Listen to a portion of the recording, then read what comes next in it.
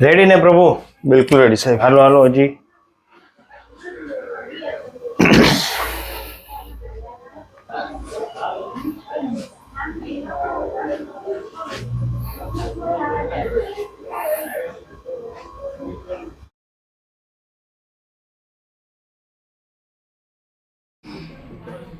તો ઊભા થાવ તો થઈ શકાય છે?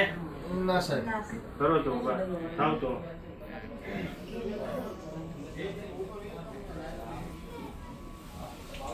ઉગડી પડાય છે, આમ જ પડાય છે, આમ જ ચલાય છે.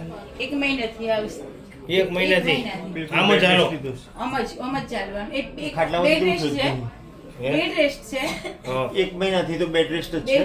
સીધું જોઈ રહ્યો છું. આપણે સંડાસમાં જવાનું હોય તો આમ જ રાકેશ ચાલવાનું. સાકરા મોડા સવારા એમના પાસે MRI કરાવડાવ્યું. તેમણે L4 ને L5 માં ગાદી ખસી છે એમ કીધું.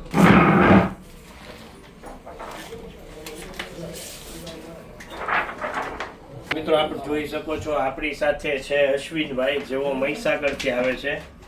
તેમને L4 અને L5 માં ખૂબ ડિસબલ, ખૂબ ગાદી દબાઈ છે. તે પોતે બેસી નથી શકતા, સૂઈ પણ નથી શકતા. આવી રીતે પોઝિશન ખૂબ જ ખરાબ છે. ઊભા તો રહેવાતું જ નથી. બરોબર ને પ્રભુ? હા સાહેબ. ઊભા નથી રહેવાતું. ઊભા નથી રહેવાતું. એક મહિનાથી બેડ રેસ્ટ છે. 4 પગે ચાલવું પડે છે. 4 પગે જ 4 ચાલવાનું. પગે ચાલવું પડે છે. આમ સુવામાં આમ સાઈડમાં તકલીફ થાય કે એવું કઈ નથી થતું? ના, આમ પડખી ફેરવીને સુઈ જવાય છે. પણ ઊભા નથી રહી છો રહેવાતું. ઊભા નથી રહેવાનું સાહેબ. આ રીતે એમ કરો તો દુખે. કમરના L4 L5 માં અહીંયા આ ગાદીના ભાગમાં દબાય છે, અહીંયા આખી નસ ખેંચાય છે, અહીંયા પગમાં પીંડી ખેંચાય છે. કેટલા સમય ત્યાં તકલીફ છે? 1 મહિનાથી સાહેબ. હે? 1 મહિનાથી. 1 મહિનાથી તકલીફ થાય. મિત્રો આપ અશ્વિનભાઈને જોયા. હવે એનો MRI રિપોર્ટ આપણે જોઈએ કે આ પ્રભુજીને L4 L5 માં ખૂબ ગાદી દબાઈ છે. આપ જોઈ શકો છો તેને ઊભું થવાની પણ ખૂબ તકલીફ પડે છે. ઊભા થઈ શકો પ્રભુ તમે? બધું થાય. આ પગ પર વજન આવી જાય છે. આમ તમે બેઠા થાવ તો કેવી પરિસ્થિતિ અત્યારે છે તમારી? જુઓ તો.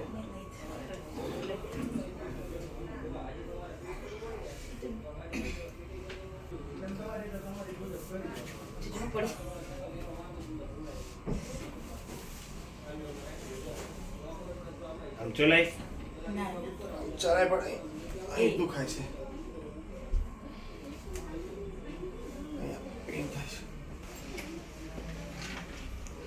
તમને સાયટિકાની નસ દબાઈ છે આખું. હા સાહેબ. આ જે છે ને આમ અંદર સુઈ જાઓ.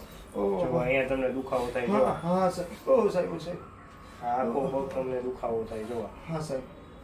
કાંઈ વાંધો નહીં. ઓલી સાઈડ ભડકું કરીને બેસી જાઓ.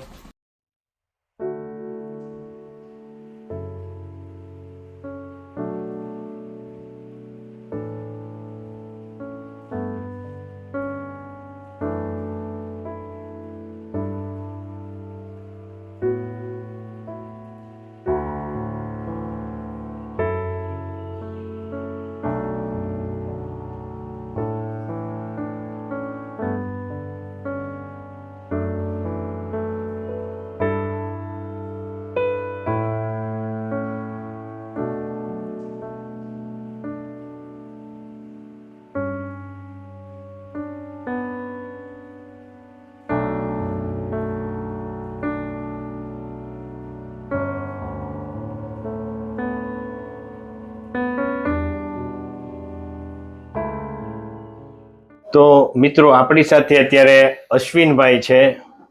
કમરનો દુખાવો કેવો હોય અને કેવું થઈ શકે અને કેવી હાલત થાય તે આપણે અશ્વિનભાઈ પાસેથી જ જાણશું. તો અશ્વિનભાઈ આપ ક્યાંથી આવો છો? હું મહીસાગર જિલ્લા લુણાવાડા ડેભારી ગામથી આવું છું. મારું નામ અશ્વિન કુમાર જોશી. મને L4 L5 માં ડિસ્ક થયેલો, ગાદી દબાઈ હતી. મેં ગોધરા ટ્રીટમેન્ટ લીધી, 15 દિવસ મોડાસા ટ્રીટમેન્ટ લીધી, 20 દિવસ, 45 દિવસનો બેડ રેસ્ટ કર્યા પછી પણ અમદાવાદ જઈને ઓપરેશન કરાવવાની જરૂરત પડી. પણ ઓપરેશન ના કરાવવાનું લઈ અને આ ભાવનગર ડૉક્ટર દર્શનભાઈ કામોટી સાહેબનો યુટ્યુબના માધ્યમથી અને અમારા સંબંધીના માધ્યમથી માહિતી મળી. હું સીધો ભાવનગર આવ્યો. એક સેશન્સમાં 28 તારીખે આવેલો. ત્યાર પછી ટ્રીટમેન્ટથી મને 90% ફાયદો થયો. આજે હું 10 તારીખે આવ્યો છું અને આજની ટ્રીટમેન્ટથી મને ખૂબ જ ફાયદો થયો છે અને હું સરસ સફળતાપૂર્વક જે 45 દિવસથી ચાલ્યો ન હતો એ સરસ બેઠી શકું છું અને સરસ ચાલી પણ શકું છું. તમે જ્યારે આવ્યા ત્યારે કઈ રીતે આમ આવ્યા હતા? હું જ્યારે અહીંયા આવેલો ત્યારે મારાથી ઊભા રહેવાની શક્તિ નહોતી. હું બિલકુલ બેડ રેસ્ટમાં હતો. હું બિલકુલ 4 પગે ચાલી અને અહીંયા દવાખાનામાં મેં એન્ટ્રી લીધેલી અને બિલકુલ લંગડી પોઝિશનમાં 4 પગે હું ચાલતો હતો, 2 અહીંથી અને 2 હાથોથી, બિલકુલ ઘોડે ઘોડે ચાલતો હતો. ટૂંકમાં અહીંયા આ દર્શનભાઈ કામોડી સાહેબના કાર્ડિયોપેટ્રિક ટ્રીટમેન્ટથી મને ખૂબ જ સફળતાપૂર્વક ફાયદો થયો છે અને હું અત્યારે 100% મને જિંદગી જીવવાનો આનંદ આવે એવી પરિસ્થિતિમાં છું. બાકી તો હું જિંદગી જીવવાની હારી ગયેલો. આમ જ્યારે તમને દુખાવો થતો ત્યારે કેવો થતો? આમ જ્યારે મને દુખાવો થતો હતો ત્યારે મને કમરના ભાગથી અહીંયા હિપમાં, આખો અહીં સાથળમાં, અહીંયા આખા પગમાં બિલકુલ વીજળી જેવા ચમકારાની જેમ થતા હોય ને એટલી અસંખ્ય લાઈ બળતી હતી. હું આ પગને પણ નીચે મૂકી શકતો નહોતો. મારી આંખોમાં પણ પાણી આવતું હતું. હું જમવા માટે પણ બિલકુલ સૂતા લિક્વિડ ખાઈ શકતો હતો આડા પડીને. હવે રેડી? હા સાહેબ. માતાજી, પ્રભુને કેવો દુખાવો હતો તમે સેજ કયો તો? એમને બહુ જ દુખાવો થતો હતો અને બેસી પણ શકાતું નહોતું, ચાલી શકાતું નહોતું. 45 દિવસ સુધી પગ પણ નીચે નહોતો મુકાતો. એ તમારા યુટ્યુબના માધ્યમથી અમે અહીંયા આવ્યા અને અહીંયા પછી ચાર પગે જ અહીંયા આવ્યા હતા. ઘોડે ઘોડે દવાખાનામાં એન્ટ્રી લીધી હતી અને પછી તમે જે હાથથી જે બધું સારવાર કરી ત્યાર પછી એમને અમે ઘરે ગઈ 4 દિવસ સુધી એમની ગોળી લીધી, મોડાસાની દવા ચાલતી તે લીધી, પણ પછી 5મા દિવસે અડધો કલાક બેસી શક્યા, જાતે ચાલી શક્યા અને પછી 4-5 દિવસ સુધી એમને પછી ખાવાનું આપણે ગોળી ખાવી નથી પડી. અત્યારે ગોળી ખાવાની બિલકુલ બંધ છે. ચાલી શકે. તો પ્રભુ, તમે જે દવા લેતા હતા એ અત્યારે હાવ દવા બધી બિલકુલ બંધ થઈ ગઈ? 7 દિવસથી દવા બિલકુલ બંધ છે. સાવ બંધ. અત્યારે મેં કોઈ ટ્રીટમેન્ટ, કોઈ ગોળી ખાધી નથી. અને અહીંયા કઈ તમને ગોળી કેવું કઈ આપવામાં આવ્યું? અહીંયા કોઈ ગોળી કે કોઈ દવા આપવામાં આવતી નથી. અહીંયા ફક્ત ટ્રીટમેન્ટ જ કરી આપવામાં આવે છે. સરસ. તો આ વિડીયો YouTube માં મૂકી શકે? હા સાહેબ. હા, મૂકી તમે શું શકો, કહેવા મૂકી માંગશો? હા, દરેકને L4 L5 માં તકલીફ હોય તો અચૂકથી અવશ્ય અહીંયા સાહેબ પાસે આવજો અને કોઈ પણ જાતની ચિંતા કર્યા વગર અહીંયા તમે સંપૂર્ણ રીતે સાજા થઈ જશો એવી હું તમને ખાતરી આપું છું. તો મિત્રો, આપણે અશ્વિનભાઈની જે તકલીફ હતી એ L4 L5 માં ખૂબ ડિસબલ્જ હતું. એનું MRI પણ તમને વિડીયોમાં બતાવશું. એ કઈ પોઝિશનમાં આવ્યા હતા એ પણ વિડીયોમાં આવશે. તો ઘણીવાર આવી બહુ ક્રિટિકલ અને એક્યુટ કન્ડિશન હોય તેવા લોકોને ઘણીવાર 2 વારમાં પણ, આ પ્રભુને 2 વારમાં મટી ગયું, તો ઘણાને 5 વારે પણ આવવું પડે, ઘણાને 10 વારે આવવું પડે, ઘણાને 15 વારે પણ આવવું પડે. કારણ કે આપણે દવા વગર કરવાનું છે, દવા, ઇન્જેક્શન, ઓપરેશન વગર.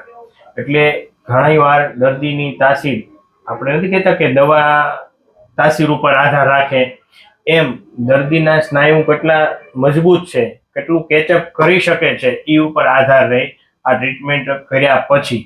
તો ઘણા દર્દીઓ એવી રીતે મેસેજ કરતા હોય, ફોનમાં બહાર રિસેપ્શનમાં પણ કહેતા હોય છે કે અમને હજી મટતું નથી. તો 2 વાર, ઘણી વાર બધા પેશન્ટને 2 વારમાં નથી મટતું. ઘણાને 5 વાર પણ આવવું પડે, ઘણાને 10 વાર પણ આવવું પડે ને 15 વાર આવવું પડે. આ એટલા માટે ફરીને કહું છું મિત્રો કે ઘણા બધા દર્દીઓને એમ છે કે અહીંયા 1 વાર આવ્યા પછી તરત મટી જાય છે. એવું નથી. હું ભગવાન નથી, આપણે ભગવાનને બનાવેલા માણસ છીએ અને અમે નિમિત્ત છીએ. તો અમે નિમિત્ત માત્ર છીએ. તો અમે મહેનત કરીને તમને મટાડવાના છીએ. તો ખાસ એક જાણ તમે લેજો.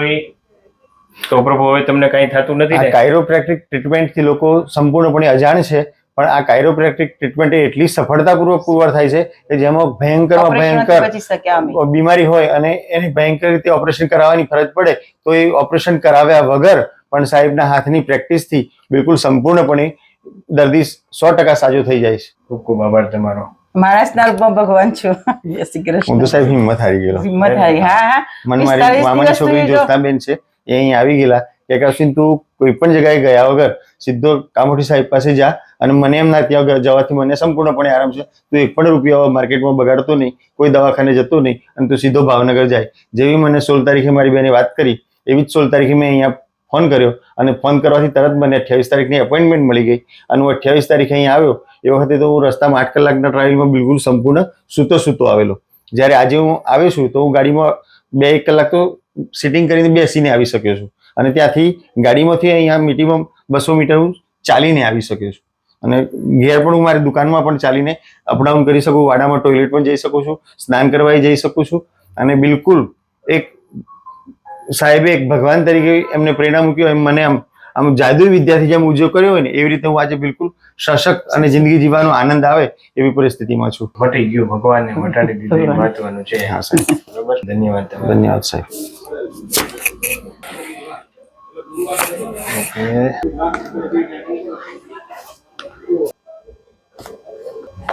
ઓકે, ઊંડો શ્વાસ છોડો.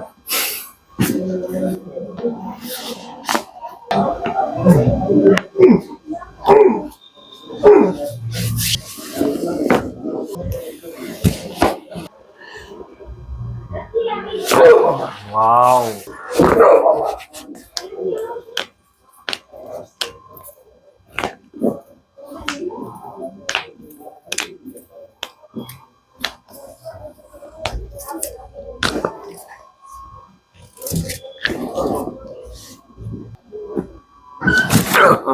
ચટકો આવ્યો.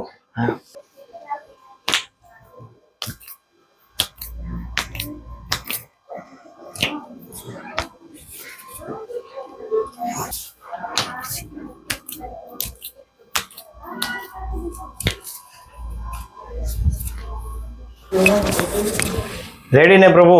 બિલકુલ રેડી સાહેબ. હાલો હાલો, હજી